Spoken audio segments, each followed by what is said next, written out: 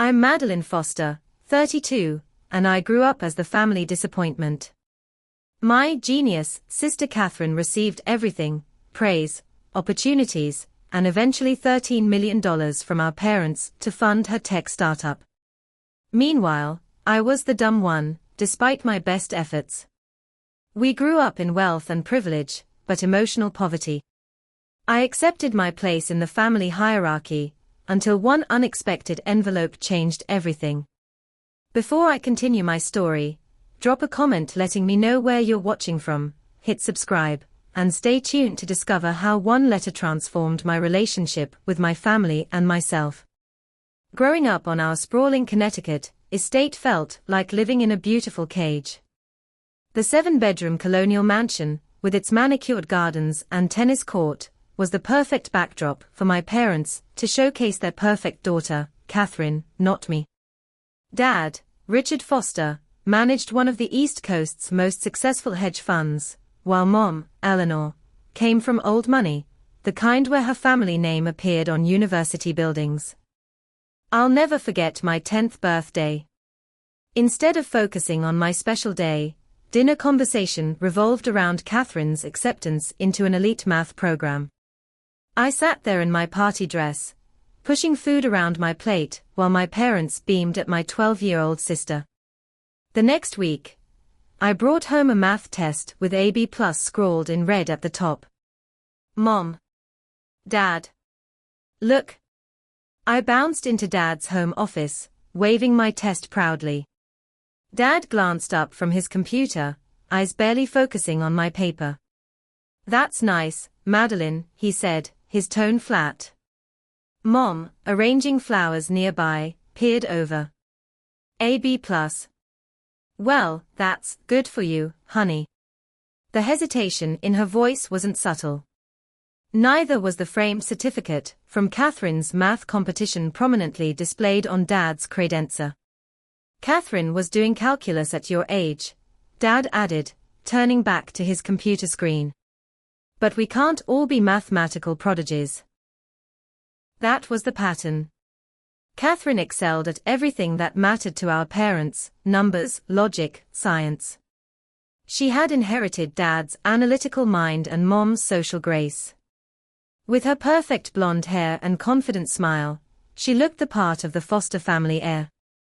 Advanced math camps, private tutors, and enrichment programs were investments in Catherine's future. Then there was me. I saw the world in colors and shapes. I could spend hours sketching the way light filtered through trees, or redesigning logos of companies I liked. My room was filled with sketchbooks and art supplies, purchased with my allowance since my parents considered art materials hobby expenses, rather than educational investments. Richard, don't you think Madeline should join that STEM camp this summer with Catherine? Mom asked one evening when I was 11. Dad sighed, not looking up from his newspaper. Eleanor, let's be realistic. Catherine has a real shot at MIT someday. Madeline isn't wired that way. At least one of our children will carry on the family legacy. I pretended not to hear from my spot at the dining table, but each word cemented my place as the family disappointment. Over time, I developed coping mechanisms. I became the first to joke about being the dumb Foster, beating others to the punchline that seemed inevitable anyway. Self-deprecation became my armor. Only my friend Ashley Winters saw through it. We met in 6th grade art class, the one subject where I outshined everyone. Why do you always put yourself down? She asked one afternoon as we worked on our projects. You're like the most talented person I know. I shrugged, focusing intensely on my drawing. My family doesn't really care about art stuff. Well, they should. This is amazing, Ashley said, pointing to my sketch. My mom's an architect, and she says creative thinking is what changes the world. That conversation was the first time I considered that maybe the problem wasn't me. Maybe my talents simply didn't fit into the narrow definition of success my parents valued. I tucked that thought away, a small ember of hope that someday my parents would see my value too. Catherine continued collecting accolades like trophies, science fairs, math competitions, perfect SAT scores. For each of her triumphs, our parents hosted elaborate celebrations, inviting their friends and colleagues to witness the Foster family excellence. My achievements in art shows or design competitions weren't deemed worthy of such recognition. "It's a lovely hobby," Mom would say, patting my hand condescendingly when I'd show her a prize-winning piece. But Catherine's work could change the world. As we entered our teen years, the gap between us widened. Catherine embraced her golden child status, becoming as dismissive of my interests as our parents were. She'd walk past my artwork without a glance, too busy discussing stock market trends with Dad or Stanford admissions strategies with Mom. I retreated further into my creative world, finding solace in colors and designs where I had control, where no one could tell me I wasn't good enough. In the safety of my sketchbooks, I was more than just the other foster girl. I was Madeline, and I was talented. I just needed someone besides Ashley to recognize it. Senior year of high school arrived with a mixture of anxiety and hope. While Catherine was already making headlines with her undergraduate research at MIT, I was pouring my heart into college applications, specifically to the Rhode Island School of Design, my dream school. My portfolio represented months of work. I'd stay up until 3 in the morning, fingers stained with charcoal or paint, eyes burning from fatigue, but unwilling to stop until each piece was perfect. My art teacher, Mrs. Daniels, had helped me curate my best work, illustrations, digital designs, and mixed media pieces that showcased my range and technical skill. "This portfolio is exceptional, Madeline," Mrs. Daniels told me, genuine pride in her voice. "Our ISD would be lucky to have you." One night, as I worked on finalizing my portfolio in our home's sunroom-turned studio, Dad walked past. He paused, glancing at the illustration I was meticulously detailing. "Still playing with your drawings, huh?" He leaned against the door frame. "You know, there's a decent business program at State University. Much more practical career path." "This isn't playing, Dad," I said quietly, not looking up. "This is what I want to do with my life." He sighed that familiar sigh, the one reserved just for me and my disappointments. "Well, keep your options open. That's all I'm saying." After he left, I wiped away frustrated tears and worked even harder. My portfolio would prove him wrong. It had to. The day the RISD decision was due to arrive, I rushed home from school and checked our mailbox with trembling hands. The envelope was there, thin, not the welcome packet I'd hoped for. Still, I forced myself to open it in the privacy of my bedroom. "We regret to inform you." The words blurred as tears filled my eyes. I sat on my bed, the rejection letter clutched in my hand, when my parents returned home. Mom called up the stairs. "Madeline, did you hear from that art school today?" Taking a deep breath, I went downstairs, the letter crumpled in my fist. My parents were in the kitchen, Dad looking through mail while Mom prepared dinner. "I didn't get in," I said, my voice smaller than I wanted it to be. Dad barely looked up. "We expected this. Art isn't a real career path anyway." Mom's expression held manufactured sympathy. "Oh, honey. Maybe it's for the best. You can go somewhere more suitable." Catherine's research professor called today, Dad continued, switching subjects without missing a beat. "Says she's the most promising undergraduate he's ever mentored. They're submitting her work to a national journal." And just like that, my rejection was forgotten, overshadowed by Catherine's latest achievement. "State University has a solid business program," Dad said later that evening, sliding a brochure across the dinner table. We've already sent your application. Their acceptance rate is high, so you shouldn't have any problems getting in. The decision had been made for me. 4 years of business school at a university I'd never even considered. I nodded numbly, unable to fight anymore. That night, I lay awake staring at my ceiling, the RISD rejection letter still on my desk. For the first time, the truth crashed down on me with crystal clarity. No matter what I accomplished, it would never be enough for my parents. The next morning, Mom entered my room without knocking, laundry basket in hand. "I know you're disappointed about that art school," she said, gathering clothes from my floor, "but this is really for the best. Not everyone can be exceptional like Catherine. There's nothing wrong with being average, dear." Average. The word stung worse than the rejection. In my parents' eyes, I wasn't just different from Catherine, I was less than. And they'd made peace with that assessment long ago. The following weeks passed in a blur, as I resigned myself to attending state university. Catherine came home for a weekend, her conversation dominated by her research breakthrough, and the prestigious internship she'd secured for summer. "Don't worry, Maddie," she said, using my childhood nickname that now felt condescending. "Business is good for people who are, practical thinkers." The implication was clear: business was for people not smart enough for real academic pursuits. Even my sister had internalized our parents' view of me. As graduation approached, my parents threw Catherine an elaborate party to celebrate her first-year successes at MIT, inviting family friends and business associates. My upcoming high school graduation received no such fanfare. "We'll take you to dinner, of course," Mom said when I asked about graduation plans. But with Catherine's research gaining so much attention, we thought it made sense to focus on that for the big celebration.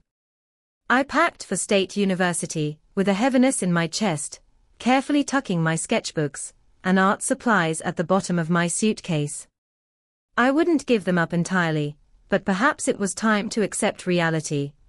I was Madeline Foster, the disappointing daughter, destined for a practical, unmemorable life that would never embarrass my parents, but would never make them proud either. State University was nothing like I imagined college would be. The business building was a sterile concrete structure with fluorescent lighting that gave me headaches. I dutifully attended my introduction to economics classes, took notes in accounting, and tried to feign interest in marketing principles. 3 weeks into my first semester, I was doodling elaborate designs in my economics notebook when Professor Martinez paused beside my desk during a lecture. "See me after class, Miss Foster," he said quietly before continuing his discussion of supply and demand curves. My stomach knotted. Great. Another authority figure disappointed in me. After other students filed out, I approached his desk, notebook clutched to my chest. "Your illustrations are quite impressive," Professor Martinez said, surprising me. "But I notice you're not taking many notes on the actual lecture." "I'm sorry," I mumbled. "I do listen, I just..." "Have you considered taking any art classes?" he interrupted. I blinked. "My parents want me to study business." He nodded thoughtfully. "And what do you want?" No one had asked me that question before. The answer came immediately: I want to create things. Professor Martinez smiled. "There's a digital design elective that would count toward your general requirements. Professor Kim is excellent. You might find it illuminating." That conversation changed everything. The following semester, I enrolled in digital design basics. The moment I sat down at a computer in the design lab, something clicked. This wasn't just drawing, it was problem-solving through visual communication. Professor Kim recognized my natural aptitude immediately. "You have an exceptional eye for user experience," she told me after I completed my first project. Have you considered majoring in graphic design instead of business? The thought was both thrilling and terrifying. My parents would never support that. They're not the ones living your life, she replied simply. By the end of freshman year, I had secretly changed my major to graphic design, continuing to tell my parents I was studying business. I justified the deception as necessary. They were paying my tuition, after all. But for the first time, I was excelling academically. My GPA soared, and professors praised my work. During sophomore year, I met Zoe Chang in a typography class. With her vibrant purple hair and fearless personality, she became the supportive friend I desperately needed. Your parents sound like nightmare fuel, she said bluntly after hearing about my family dynamic. No offense. None taken, I laughed. With Zoe, I could be honest about my family in ways I never could with others. So when are you going to tell them you're actually studying design, and not boring business stuff? She asked one evening as we worked on projects in her dorm room. I shrugged. Maybe never. They barely ask about my classes anyway. They are too busy celebrating Catherine's latest achievements. Catherine had graduated MIT with highest honors, and my parents threw an extravagant garden party at our Connecticut home. I attended dutifully, listening to toast after toast celebrating my sister's brilliance. My 21st birthday the following month passed with just a card and check in the mail. The divide between Catherine and me grew deeper. She fully embraced her role as the family success story, rarely asking about my life when we spoke. Our conversations became increasingly strained and infrequent. You could at least try to be interested in what I'm doing, I told her during a rare phone call. Maddie, I'm launching a tech startup. I barely have time to sleep, let alone discuss your college experience, she replied dismissively. By the end of junior year, my design portfolio was substantial enough that Professor Kim encouraged me to apply for summer internships. I landed a position at a small Boston design agency and spent the summer learning industry software and building real-world skills. When senior year arrived, I knew I couldn't maintain the charade any longer. Thanksgiving break seemed like the appropriate time to finally come clean to my parents. We sat around our formal dining table, Catherine talking animatedly about her startup's progress, when there was a brief lull in conversation. I changed my major, I blurted out. I'm studying graphic design, not business. And I'm good at it. Really good. The silence was deafening. Dad put down his fork slowly. You did what? His voice was dangerously quiet. I changed my major almost 3 years ago. I have a 3.9 GPA, and my professors say I have real talent. Mom looked bewildered. But your tuition is paying for an education I'm actually using, I interrupted. I don't want to be a business major. I never did. Dad's face reddened. This is completely unacceptable. We agreed on a practical degree, not some artistic fantasy. I should cut off your tuition right now. Richard, Mom placed a hand on his arm, though her expression was equally disappointed. We just want what's best for you, she said in that patronizing tone I'd heard my entire life. No, I replied, my voice steady despite my racing heart. You want what fits your idea of who I should be. But that's not who I am. And who exactly are you? Dad challenged. Someone who throws away opportunities to doodle for a living. Catherine watched the exchange with a mixture of surprise and something else, perhaps a hint of respect I'd never seen from her before. If you cut off my tuition, I'll take out loans, I said firmly. I'm finishing my degree in graphic design. I'm good at it, and it makes me happy. I returned to campus the following day, uncertain of my financial future, but more confident in my identity than ever before. 2 weeks later, my parents deposited the tuition payment for my final semester without comment. They hadn't accepted my choice, but they hadn't stopped me either. It was a small victory, but a significant one. For the first time, I had stood up for myself and chosen my own path, regardless of my family's approval. As I prepared for graduation, I was no longer just the disappointing foster daughter. I was Madeline, a talented designer with a future of my own making. I graduated with honors in graphic design, my portfolio winning the department's annual Excellence Award. My parents attended the ceremony, sitting stiffly in their pressed clothes, applauding politely when my name was called. They left immediately afterward, citing Catherine's research award dinner that evening. "We're proud of you for finishing," Mom said as they prepared to leave, the faint praise hanging awkwardly between us. "Congratulations, Madeline," Dad added, checking his watch. "Have you thought about what's next? The job market is quite competitive." No celebration dinner. No acknowledgement of my academic achievements. Just concern about my employment prospects. "I've applied to several design firms," I replied, trying to keep disappointment from my voice. "I have interviews next week." "Well, good luck," Mom said, patting my arm. "Remember, you can always come home if things don't work out." Their expectations of my failure stung worse than their absence at my graduation dinner, which I ended up sharing with Zoe and her parents, who treated me to champagne and genuine congratulations. 2 weeks later, Zoe and I moved into a tiny Boston apartment with cracked linoleum floors and a temperamental radiator. The space was small but affordable, split between my entry-level salary at a local design agency and Zoe's graduate school stipend.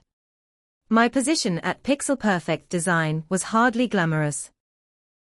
I created basic website layouts, business cards, and occasionally helped with social media graphics. The pay barely covered my portion of rent and the minimum payments on my student loans, forcing me to take freelance projects on weekends. Meanwhile, Catherine's tech startup was making waves. My parents invested $13 million, yes, $13 million, to fund her company's expansion. The family group chat filled with updates about Catherine's business meetings with Silicon Valley investors and her features in technology publications.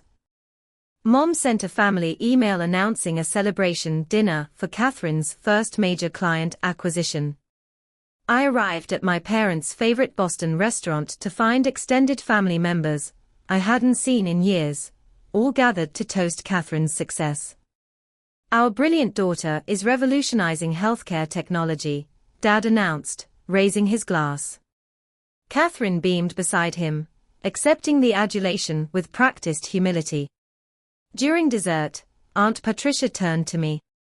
"And what are you up to these days, Madeline?" Before I could answer, Dad interjected. "Madeline's working at a small design shop. Playing with computers, aren't you, dear?" The dismissive tone was familiar, but it still hurt. "Actually, I'm designing user interfaces for websites and applications," I corrected him. "How nice," Aunt Patricia replied, clearly unsure what that meant. "Not quite the same as developing proprietary healthcare algorithms," Catherine added with a smile that didn't reach her eyes, "but we all find our level, right?" The conversation moved on, my contribution forgotten. As coffee was served, Dad made a toast that cut deeper than all the previous slights combined. "To Catherine, who has exceeded every expectation we ever had," he said proudly. "And to the foster legacy she's building. At least one daughter won't need to depend on us forever." I excused myself to the restroom, fighting back tears.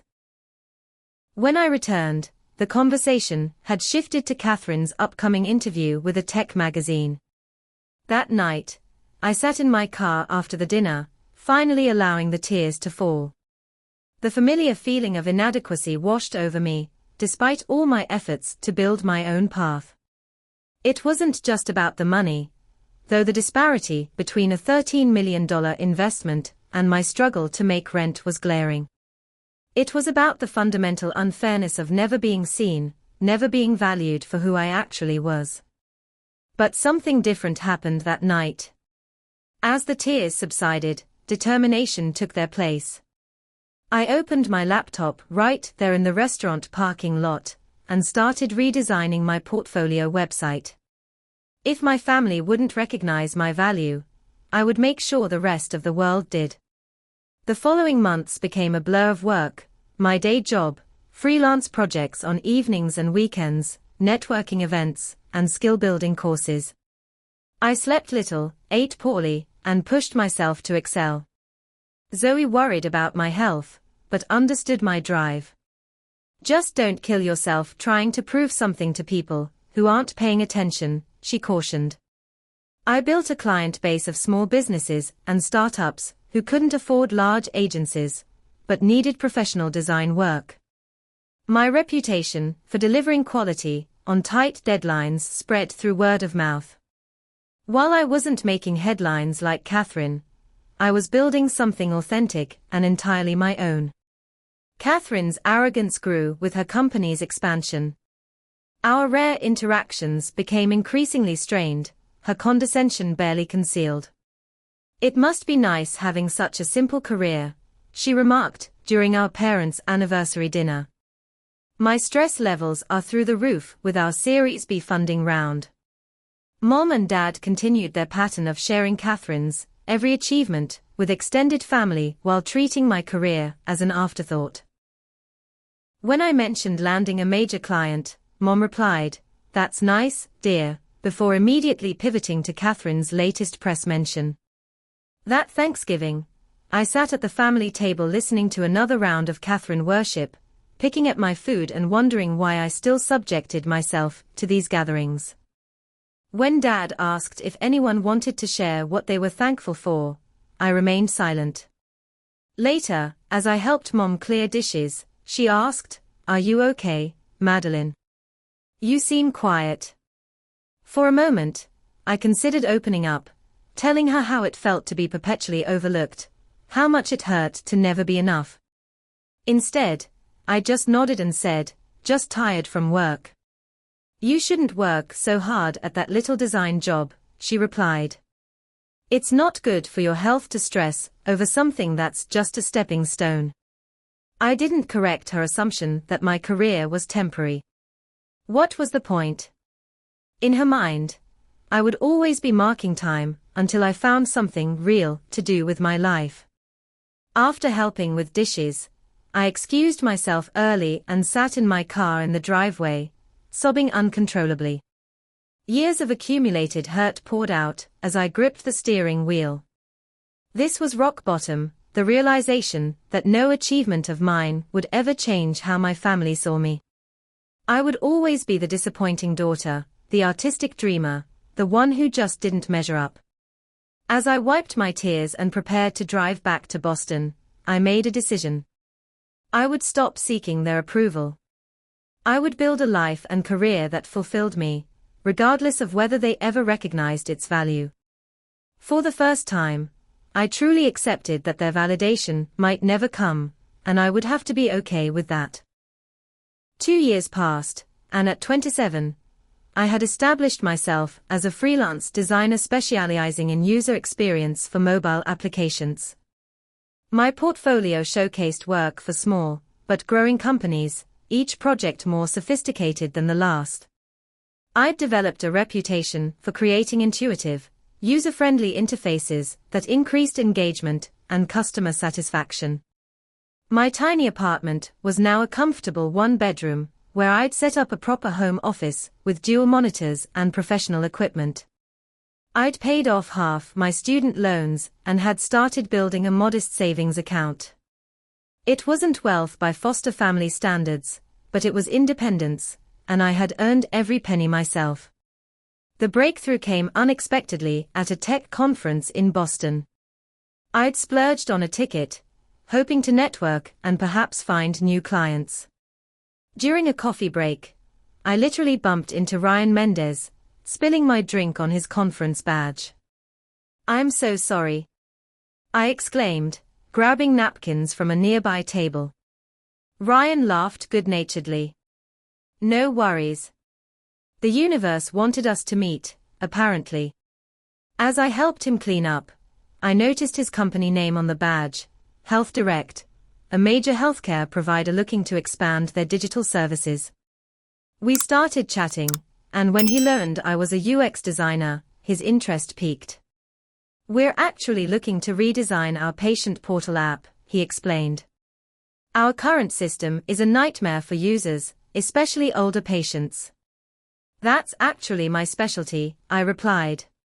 "Creating interfaces that work for users across age and tech comfort spectrums." Ryan handed me his card. "Send me your portfolio. We've been talking to several big agencies, but I'd like to see your work." That night, I customized a presentation specifically addressing Health Direct's challenges, focusing on accessibility for elderly users. I included a mock-up redesign of their current app's most problematic screen, demonstrating how small changes could dramatically improve usability. 2 days later, I was invited to pitch against 3 established agencies. I prepared obsessively, researching healthcare applications, interviewing seniors about their technology frustrations, and creating detailed wireframes. The morning of the presentation, I stood before Health Direct's executive team, the only individual competing against teams from prestigious agencies. Taking a deep breath, I launched into my pitch. "Your patients don't want to navigate a complex app. They want to feel better," I began. "Every extra tab, every confusing icon, every overwhelming screen creates anxiety, exactly what healthcare should reduce." My presentation focused on real users, not just aesthetics.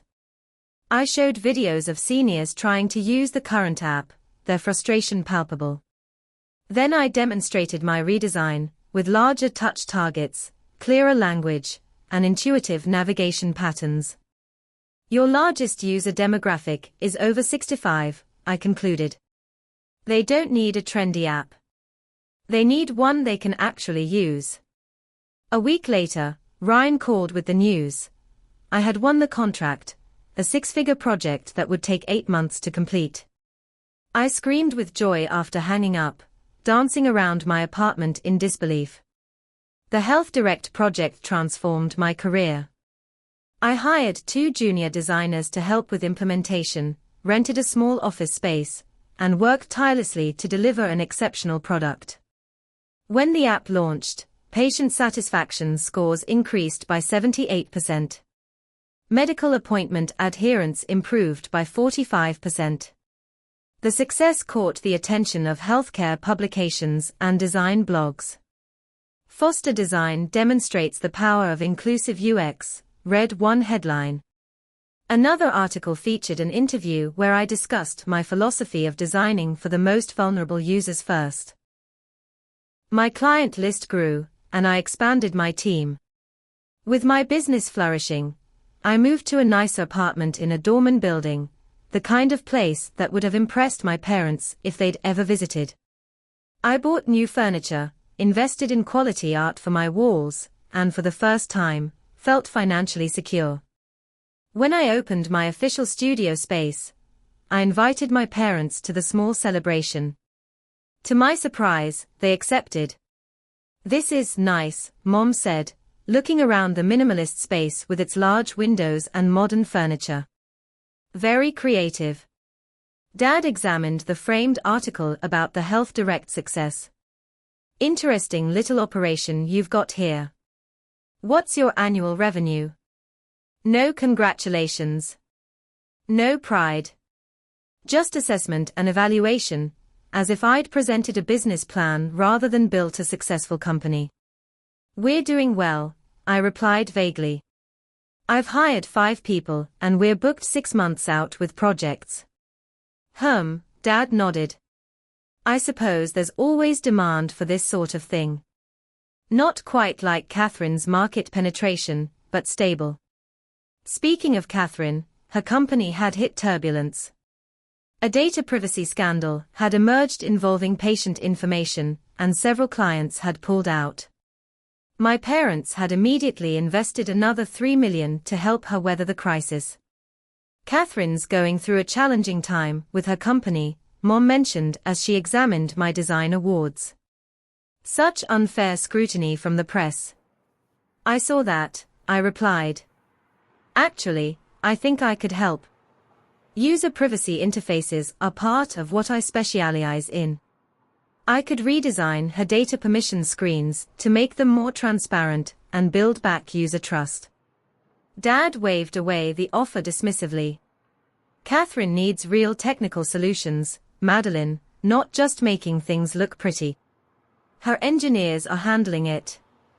"UX design isn't about making things pretty," I countered, feeling the familiar frustration rising. "It's about making complex systems usable and trustworthy." "That's exactly what Catherine's company needs right now." "We appreciate the thought," Mom interjected smoothly, "but this is real tech, not just what you do." After they left, I sat at my desk, staring at my design awards and press features. Despite my success, despite building a profitable business from nothing, my parents still saw my work as trivial compared to Catherine's real accomplishments. The realization was both painful and freeing. Success wouldn't change their perception. No amount of awards, publications, or financial achievement would make them see my work as valuable. The problem had never been my abilities, it was their narrow definition of what constituted worthwhile achievement. That evening, I called Zoe. "I think I need to create some boundaries with my family," I told her. "I'm done trying to prove myself to them." "About damn time," she replied. "Your work is amazing, Maddie. If they can't see that, it's their loss, not yours." For the first time, I truly believed her. My worth wasn't dependent on my parents' approval, and continuing to seek it was only hurting me. I would always be their daughter, but I needed to protect myself from their dismissal of everything I valued. I began declining family dinners that weren't major holidays. I stopped sharing my professional achievements in family chats. When relatives asked about my work, I gave brief, positive responses without seeking validation. I focused instead on the clients who valued my expertise, the team members who respected my leadership, and the users whose lives were improved by my designs. The freedom that came with these boundaries was exhilarating. Without the constant weight of parental disappointment, my creativity flourished, and my business grew even faster. I wasn't Catherine, would never be Catherine, and finally, that felt like a blessing rather than a curse. 3 years passed in a blur of success. By my 30th birthday, Foster Design employed 12 people specializing in healthcare UX. We'd moved to larger offices in a historic building in Boston's Innovation District. I'd been featured in Fast Company's Designers to Watch, and had spoken at major industry conferences. My relationship with my family remained distant but cordial. I attended major holidays and occasional family events, keeping conversations pleasant but superficial. Catherine's company continued to struggle despite repeated cash infusions from our parents. The privacy scandal had damaged their reputation, and their flagship product was falling behind competitors' offerings. I'd just returned from accepting an industry recognition award when I received a rare call from my father. "We need to have a family meeting," he said without preamble. "This Saturday at the house. It's important." "Is everyone okay?" I asked, immediately concerned. "Just be there, Madeline," he replied, hanging up without further explanation. That Saturday, I drove to Connecticut with a sense of foreboding. The family estate looked the same as always, imposing, immaculate, and cold. Catherine's luxury SUV was already parked in the circular driveway. Inside, the tension was palpable. My parents sat stiffly in the formal living room, Catherine pacing nearby. No one offered congratulations on my recent award, which had been covered in several design publications. Thank you for coming, Dad began once I was seated. We're facing a family situation that requires discussion. Mom looked uncharacteristically stressed, her perfectly manicured hands fidgeting with her pearl necklace. Your sister's company is at a critical juncture, Dad continued. They're developing a breakthrough feature that could revolutionize patient care, but they need additional investment to bring it to market. Catherine nodded eagerly. Our AI diagnostic tool has shown promising results in trials. We just need runway to complete development and navigate FDA approval. We've invested all our available liquid assets in Catherine's company, Dad explained. We believe in her vision completely. But development costs have exceeded projections. I waited, already sensing where this conversation was heading. Madeline, Mom said carefully, we know your business has been doing well. We thought perhaps you might consider a family investment in Catherine's company. A loan, you mean? I clarified. An investment opportunity, Dad corrected. With potential returns far exceeding anything your design business could generate. Catherine stepped forward. Think of it as your chance to be part of something truly important, Maddie. Healthcare innovation that will save lives, not just make apps prettier. The condescension in her voice was unmistakable. How much are you looking for? I asked, keeping my voice neutral. 2 million would get us through the next phase, Catherine replied as if discussing pocket change. I blinked in disbelief. $2 million. I don't have that kind of liquidity, even if I wanted to invest. Your business could secure a loan, Dad suggested. We've prepared the paperwork. The presumption was staggering. They'd assumed I would simply hand over money I didn't even have without question. Before I would consider any investment, I'd need to see your financials, business plan, and development roadmap, I replied professionally. Plus user testing data for this AI feature. Catherine scoffed. This isn't one of your little design projects, Madeline. This is sophisticated technology. Sophisticated technology that's burned through how much investment already? I asked pointedly. Dad cleared his throat uncomfortably. We've invested approximately $13 million in total. $13 million, I repeated slowly. And you have what to show for it? We're building complex systems. Catherine snapped. It takes time and capital. Something your little design shop wouldn't understand. My little design shop has been profitable since year 2, I countered. With zero outside investment. This is different, Dad interjected. Catherine is pioneering new technology. And I'm asking for basic due diligence before investing money I don't have into a company with a track record of missing projections and mismanaging funds, I replied. Catherine's face flushed with anger. This is just jealousy. You've always resented my success and our parents' support of my work. Support? I laughed incredulously. They gave you $13 million while telling me art supplies were a hobby expense.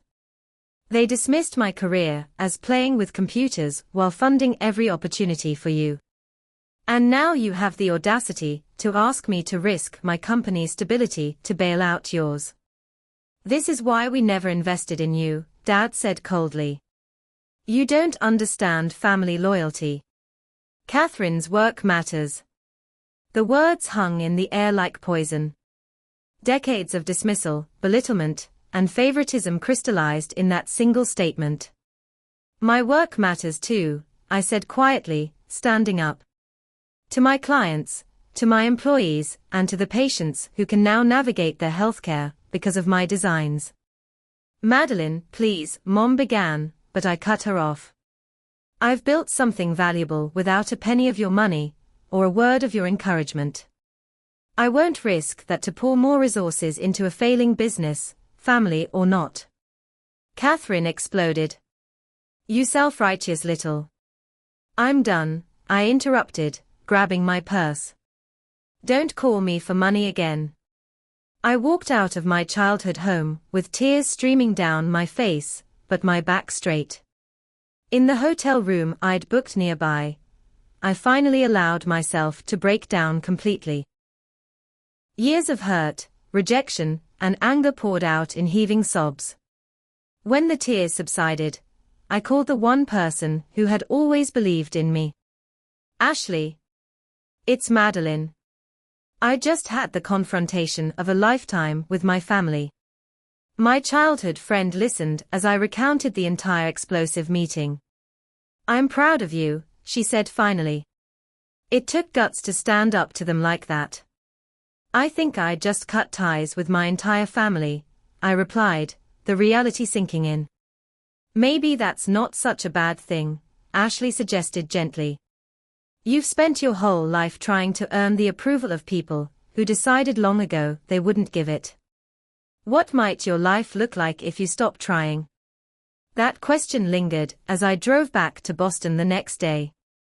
What would my life look like without the constant undercurrent of parental disappointment? Without the compulsion to prove my worth to people who would never acknowledge it? For the first time, I felt ready to find out. 6 months passed without contact from my family. No calls on my birthday. No invitation to Thanksgiving.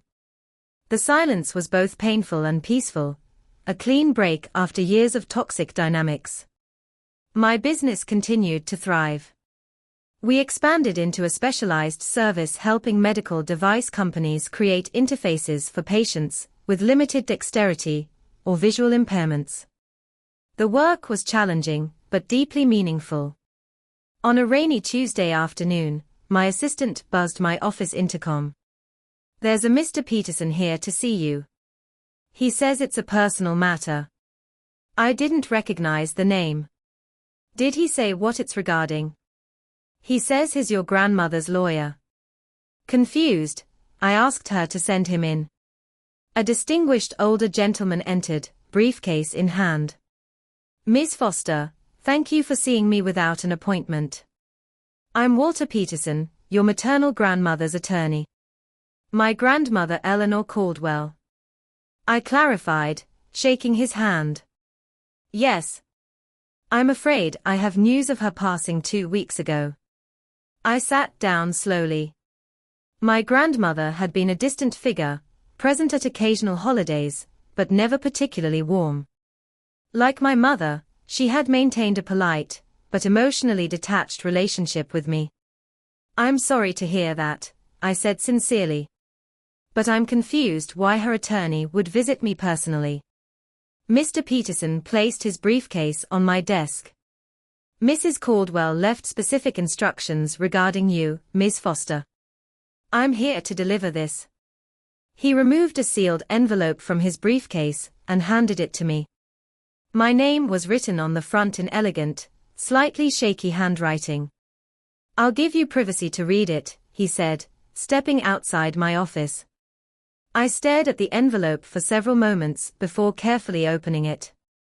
Inside were 2 documents. The first was a letter, dated just 3 months earlier. My dear Madeline, asterisk. By the time you read this, I will have passed on. I've asked Walter to deliver this personally, as what I have to say deserves more than the cold formality of a legal document. Asterisk. I've watched your journey from afar, your struggle in a family that never truly saw you, your determination to forge your own path despite constant dismissal, and your remarkable success built entirely on your own merit. I've read every article featuring your work, and followed your company's growth with immense pride. Asterisk. You may wonder why, if I felt this way, I remained silent throughout your life. The truth is complicated and painful. I recognize in your mother the same pattern that was established in me by my own parents. Like you, I had artistic talents that were dismissed as frivolous. I wanted to attend art school, but instead married into the Caldwell family and became the society wife my parents expected. I sublimated my creative instincts into appropriate channels: charity event planning, home decoration, garden design, never allowing myself to pursue real artistic expression. When your mother grew up, I had hoped she would break this pattern. Instead, she internalized it completely, valuing only the concrete, the quantifiable, the socially prestigious. And so the cycle continued with you and Catherine. I should have spoken up. I should have encouraged your talent when I saw your beautiful drawings as a child. I should have challenged your parents' dismissal of your gifts. My silence makes me complicit in the pain you've endured, and for that, I can only ask forgiveness. I don't deserve. What I can offer now is recognition of who you truly are, a talented, determined woman who has built something meaningful entirely on her own terms. I hope the enclosed document provides not just financial support for your continued growth, but the validation that should have come from your family all along. With love and admiration, your grandmother, Eleanor Caldwell. Tears blurred my vision as I set down the letter. The second document was a legal notification of a trust fund established in my name, valued at $10 million, specifically designated for my creative endeavors and business expansion. I sat in stunned silence, rereading the letter.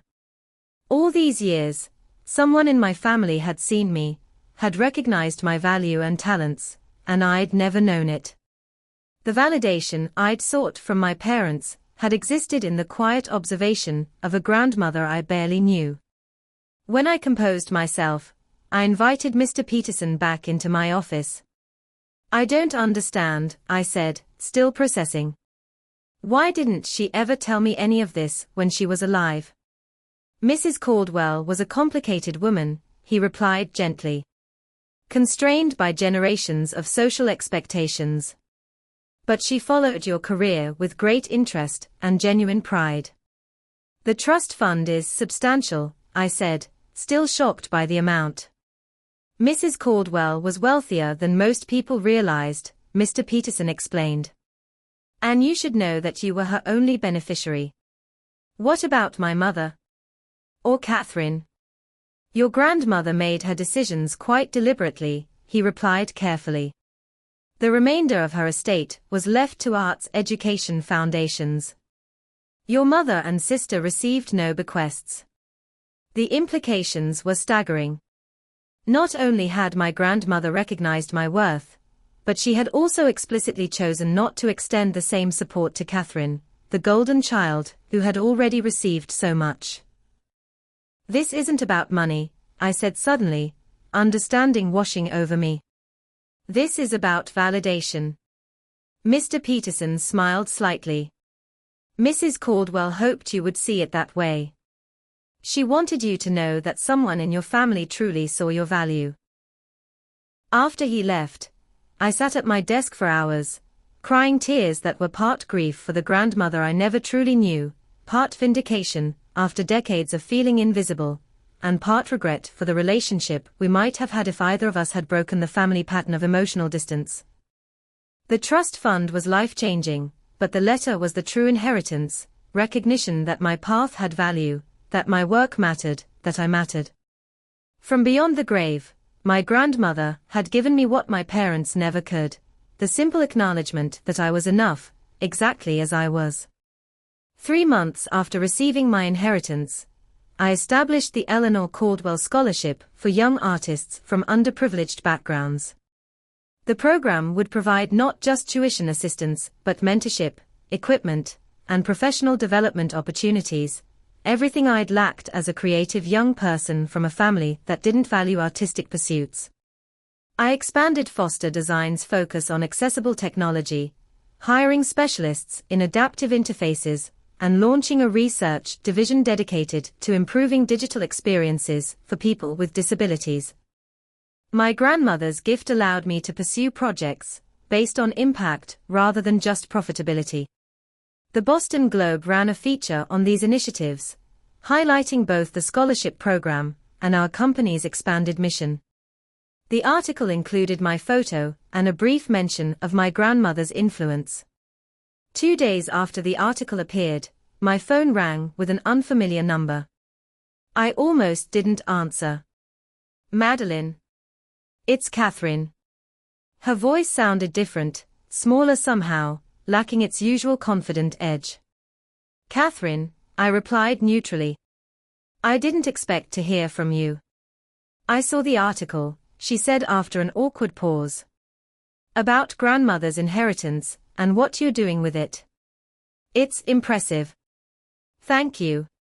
Another long silence stretched between us. I wondered if we could meet, she finally said. Just to talk. No family drama, no money discussions. Just sisters. Part of me wanted to refuse, to protect myself from more dismissal and hurt. But curiosity won out. There's a coffee shop near my office. Bluebird on 3rd Street. Tomorrow at 2. We met on neutral ground, both clearly uncomfortable. Catherine looked different, less polished, wearing jeans and a simple sweater instead of her usual power suit. Dark circles shadowed her eyes. You look well, she offered as we sat with our drinks. You look tired, I replied honestly. She laughed without humor. That's what happens when your company implodes and you have to get a real job. I raised an eyebrow. What happened? We ran out of runway. The AI diagnostic tool failed its validation tests. Investors pulled out. She stared into her coffee. Dad's final investment was the last gasp. We filed for bankruptcy 3 weeks ago. I'm sorry, I said and meant it. Despite everything, I never wanted to see my sister fail. Are you? She asked, looking up. After how I treated you. I considered the question seriously. I'm sorry for what you're going through. I know what it's like to have dreams crumble. Catherine's eyes filled with tears, something I'd rarely seen in my hypercomposed sister. The thing is, Maddie, they weren't even my dreams. Her voice broke. I never wanted tech. I wanted to study international relations. But Dad said that wasn't practical, that there was more prestige and money in technology entrepreneurship. The revelation stunned me. You never told me that. How could I? I was the golden child. The successful one. I couldn't admit I was just as trapped as you were, just in a prettier cage. For the first time, I saw my sister clearly, not as the favored daughter who had everything I didn't, but as another casualty of our parents' rigid expectations, just manifested differently. What will you do now? I asked. I'm working at a regular tech company. Project manager. It's actually nice. Less pressure. She looked up. I've been seeing a therapist too. Trying to figure out who I am without the family expectations. That sounds healthy. Catherine hesitated. I owe you an apology, Maddie. Many apologies, actually. I was awful to you. I think I was jealous. Jealous? Of me? The idea seemed absurd. You found your passion and pursued it despite everything. You built something authentic. I just followed the path that was laid out for me, even when it made me miserable. She wiped away a tear. And you were right about the user experience issues with our app. We should have listened to you. The conversation continued for hours, raw, honest, occasionally painful, but cathartic. We discussed our childhood, our parents' toxic favoritism, and the ways we'd both been shaped by family dynamics. Mom and Dad want to see you, Catherine said as we prepared to leave. They won't admit it, but they're proud of what you've built. The article surprised them. I'm not ready for that, I replied. There's too much hurt there. I understand. But maybe someday. They're not perfect, but they're getting older. And I think grandmother's decisions shook them. 2 months later, I agreed to dinner with my parents. The reunion was tense and awkward, with years of unspoken hurt simmering beneath polite conversation. Your company seems to be doing quite well, Dad commented stiffly. It is, I replied simply. We're making a difference in how people interact with technology, especially those with disabilities or limited tech experience. That's admirable, he said, the praise clearly difficult for him. Mom reached across the table. Madeline, I've been thinking about what your grandmother wrote to you. About the cycle repeating itself. I waited, unsure where she was going. My mother was artistic, you know. She painted beautiful watercolors when I was very young, but she put them aside when I was about 5. My father said it was a waste of time. Mom's voice wavered. I never made the connection until now. She mentioned that in her letter, I said quietly. I think I was harder on you because you reminded me of her, Mom admitted. And of the parts of myself I'd been taught to suppress. Dad cleared his throat uncomfortably. We may have misjudged the value of your chosen path. It wasn't quite an apology, but from my father, it was remarkable. I'd like to see your office sometime, Mom added. If that would be all right. The evening didn't miraculously heal decades of hurt. There was no tearful group hug or perfect resolution. But it was a beginning, a small crack in the wall of misunderstanding that had separated us for so long. 6 months later, my parents attended the opening night of a gallery show I'd funded through my grandmother's trust. The exhibition featured works by recipients of the Eleanor Caldwell Scholarship, with my grandmother's portrait prominently displayed. She would have been proud, Mom said, standing beside me. I wish I'd known her better, I replied. So do I, Mom admitted softly. The healing process with my family continues, slow, imperfect, with occasional setbacks and old patterns reasserting themselves. Catherine and I have developed a tentative friendship, built on the shared understanding of how our parents' expectations shaped us in different, but equally damaging ways. I've learned that validation must ultimately come from within.